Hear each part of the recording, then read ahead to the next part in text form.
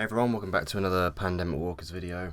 This is the 8th developer log, I think. I haven't done one of these, I haven't done one of these in months, to be honest, and I never really felt like it was a good time to do them, because I was so focused on just working on the game and trying to make sure it was, you know, it was as good as it could be. And I've been meaning to do one for a while, because the game's in alpha now. Like it was pre-alpha, I think, before. It was, god damn. Yeah, the last time I did a developer log was just after the pre-alpha. Yeah, it's been a long time. So yeah, this is gonna be a dev log to discuss sort of where we're at, because we're pretty far now. Loads, well, not loads, a good few new enemies, a few new weapons, props have been added. Fucking hell. Enemies. I think I already mentioned enemies. I don't know. Yeah, just there's been quite a lot of stuff going on. Story-related stuff has been done for the first area. Difficulty settings have been added. Like there's quite a lot. So we're just gonna hop in. I've already got a save just because, you know, easy.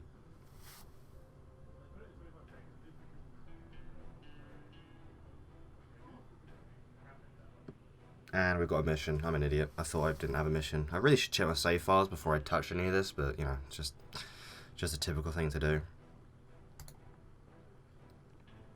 So this is after doing the, I believe, the second story mission. So yeah. I would aim to improve those eventually with more interesting stuff. So, like, an actual character screen and whatnot. But yeah, so basically now the missions HQ used to have side missions. I've now changed it out for just the story missions. I'll eventually re-add side missions down the line, but for now I want to sort of base the game around the idea of just it being straight up,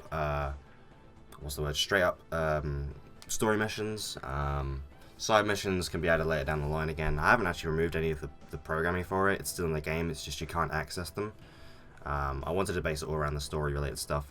So yeah, Outpost is basically the same. You can access the inventory. I don't know if I actually had that before. I think that was actually a different thing. I need to change that for this, actually. See, this is what happens when I do a devlog, man. I always forget something, and there it is. Yeah, I resized that for the main game, but I forgot to do it for this, so I'll do that. I also need to fix that in here as well, because that's fixed in the main game. I'll set myself a mission to do that today. So yeah, you got the trader. I probably should change it for the trader as well now I think about it. Oh, there's a few things that don't fit in here. Yeah, okay. Yeah, definitely needs to fix that. But yeah, the game is, in terms of content, it's the first major stuff with the outpost. The first outpost is complete, and I'm starting to work into the more etherical, I don't think that's a word, the more sort of magical side of things now, which is really fun. So we're going to go and leave.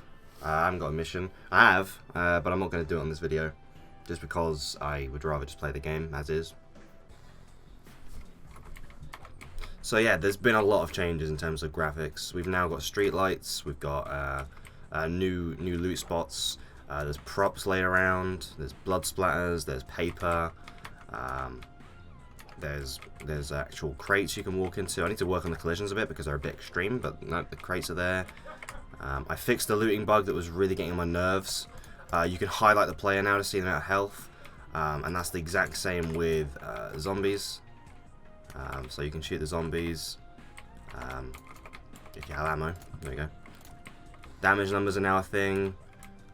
That's not saying 666, that's just individual damage numbers, because this thing works in like a spread. This is one of the new weapons, the Gauntlet, which is a dev weapon, which basically teleports you to a new area wherever you click. You can't click on buildings and things, but you can click on a playable area and it'll take you there, which is good. So yeah, I don't think demon nests were in before. Demon nests have been added, although there's not actually one on the map right now. I don't think. No, there isn't. There's no demon nest. But demon nests have been added, which are basically oh shit, wrong weapon. Which are basically wave-based events that you can activate. You can only activate them on areas where there is actually a demon nest, though. There's now weapon sprites. You can see the muzzle flash there. It's a lot more polished than it was. I'm really happy with it, and obviously now we're in alpha, so I'm more or less just like releasing small patches to the alpha testers, and that's about it. Eventually it'll be ready for beta, but I think it's going to need a little more time because it's not 100% where I'd like it. It's still a bit glitchy here and there. There needs to be a little more polish to it. There's a lot of engine limitation going on, but I'm pretty happy with it so far. We're getting somewhere. I don't think the map was this big. I don't think the map was this big before I actually did the last devlog. So now we've got a more interactive map that shows you exactly what is what. So this means bosses. So we've got a bunch of bosses nearby.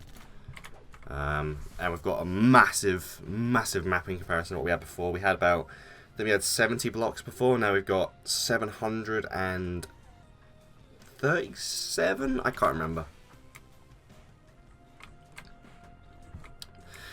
It works now in zones properly. There is now a dead zone, which is basically just go in there and you're gonna die.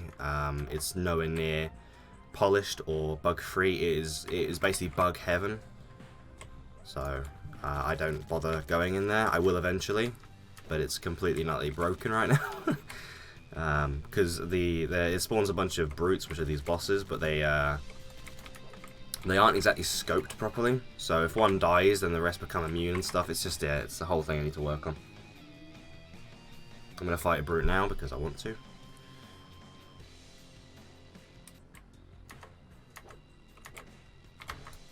Okay.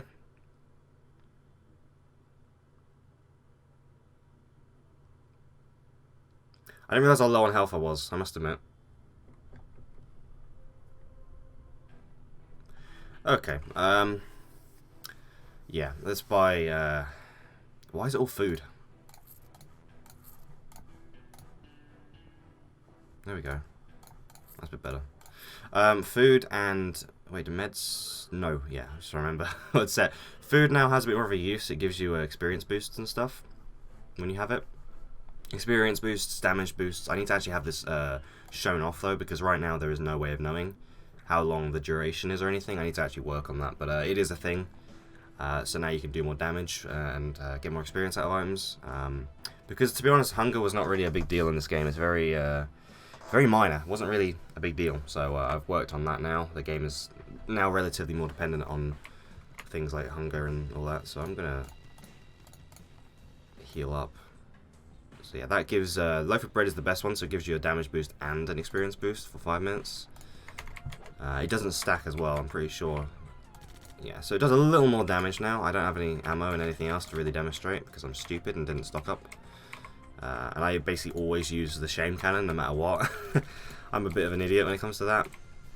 I definitely need to work on the damage numbers because they're not perfect in the way they're laid out, but unfortunately that's just kind of a thing with Click Team. I'd have to do a bit of math to get that to work properly. And a weapon, that would actually be a good idea. You can see how the Kachin carbine there is more shortened. I need to do that for the main thing as well. There we go.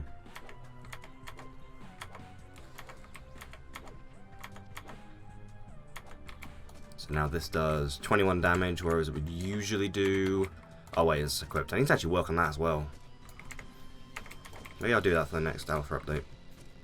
Because that's something that needs to be worked on. Zombies can also get hit by the same bullet, which to be honest I might just leave in.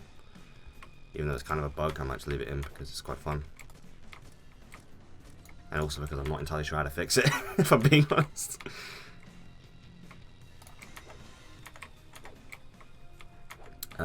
Skills have been properly implemented. I mean, they always have been. You can now increase your max health. Mine's at the max right now. I need to actually add an indicator for that, but it is at the max. Dash now has a skill tree, which I'm going to quickly buy all of these. So we're going to buy meter 2, flame 2. Meter obviously is just the standard meter, just replenishes faster. The flame is what you can see here. I haven't actually got this doing anything other than appearing. I need to have some actual effect with it. But I really like it, and I think it would be quite a cool, fun, magical way of getting more combat-related scenarios going. Maybe area denial against zombies, that kind of thing. I like the idea of that. So that is also a thing. I'm quite happy with that. Yeah, I like it. I'm trying to think of other things. I'd do a demon nest on camera, but I obviously don't have one. I don't know where it is. I will actually, you know what, I will start a new game right now. Just to demonstrate.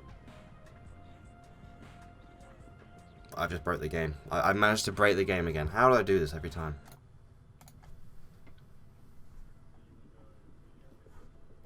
So I'm going to start a new game. I'm going to call myself just some. So yeah, these are the new difficulty settings. At the moment, difficulty settings only adjust the amount of damage you take.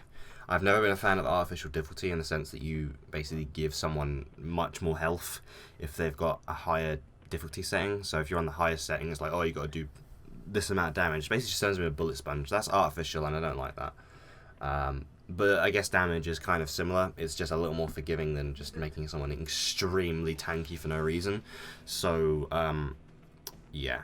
I might work on it down the line to where they have different types of attack patterns and things depending on what setting you're on. But I quite like the settings I've got here. I should probably actually have like a tooltip telling you what the differences are between everything. Yeah, they all do less damage depending on what you're on, but I always just play on Challenger. I've mainly balanced the game around Challenger, which is the hardest difficulty right now. Which is probably, I'd say it's a good idea of doing it rather than doing the easiest. Because it basically just means, because like originally there wasn't going to be a difficulty setting. And then I thought, this game is really difficult. So why don't I just add difficulty options for people who, you know, want to play in different ways and stuff. I'm going to skip through all this dialogue because, you know, I've seen it about 20,000 times and I'd rather not spoil everything. But this is the first mission, basically. You have to kill a horde. If you die during this, then you just instantly get reset. There's no real penalty for it, because it's a story scenario. So you basically just got to take out all the zombies, and then you'll complete the mission and be able to do what you want. I think you can still loot in this, though, if I remember when I set it up correctly. Yeah, you can. I probably should not do that, though, while I'm dealing with zombies. But yeah, multiple zombies can get hit from things, so I definitely want to work on that. As you can see here, like they're all getting hit at the same time. It kind of works. It's a bit weird. It's just because the bullet is colliding with basically all of them at the same time. But yeah, once you complete it, you get sent back into this menu. Just more dialogue. You get given experience, of course, which I believe I have it set up so it also depends on what you have. Experience boost wise, so there you go. Now the main reason I wanted to restart this is just to see where all my bosses and everything are. So I'm going to quickly exit the outpost.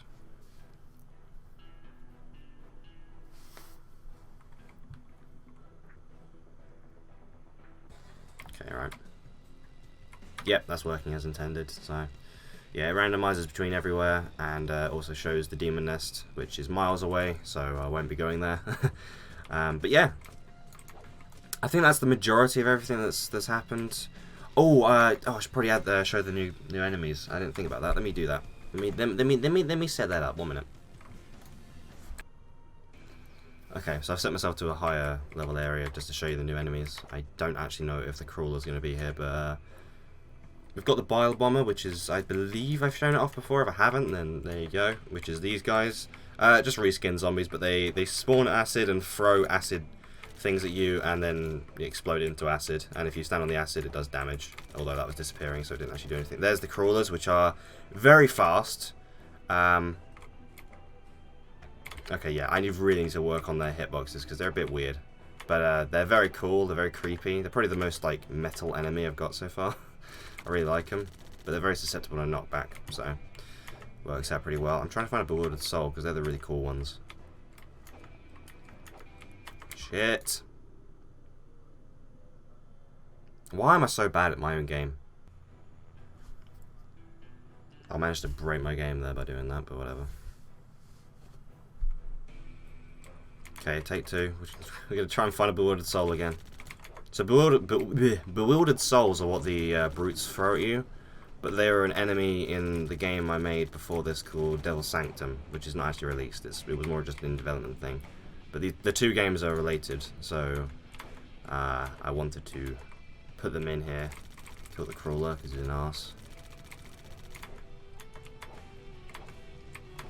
The Bewildered Soul should spawn. It has a lower density of spawning than the standard zombies, though. Bit of density is the right word for that, but there you go. there's also new blood effects. I really am happy with the new changes in terms of graphics. It just looks a lot cleaner, in my opinion. Everything meshes together. There's one. I just love them. They're so cool. Create these really cool light effects and everything. I don't know. I just really like them. I think I'm still using my old dash and everything. Yeah, I'm really happy with the new changes though. But that is the majority of the changes. So I'm going to be ending the video here. But thank you all for watching. Really appreciate it. Hopefully this gives a little bit of an update. Of course, if you're interested in the project, feel free to follow it on Game Jolt and join the Discord below. And also, of course, if you're feeling really generous, feel free to support me on Patreon, because every little bit helps when you're making something like this. But yeah, thank you for watching, appreciate it, and I'll see you all next time. Have a good one.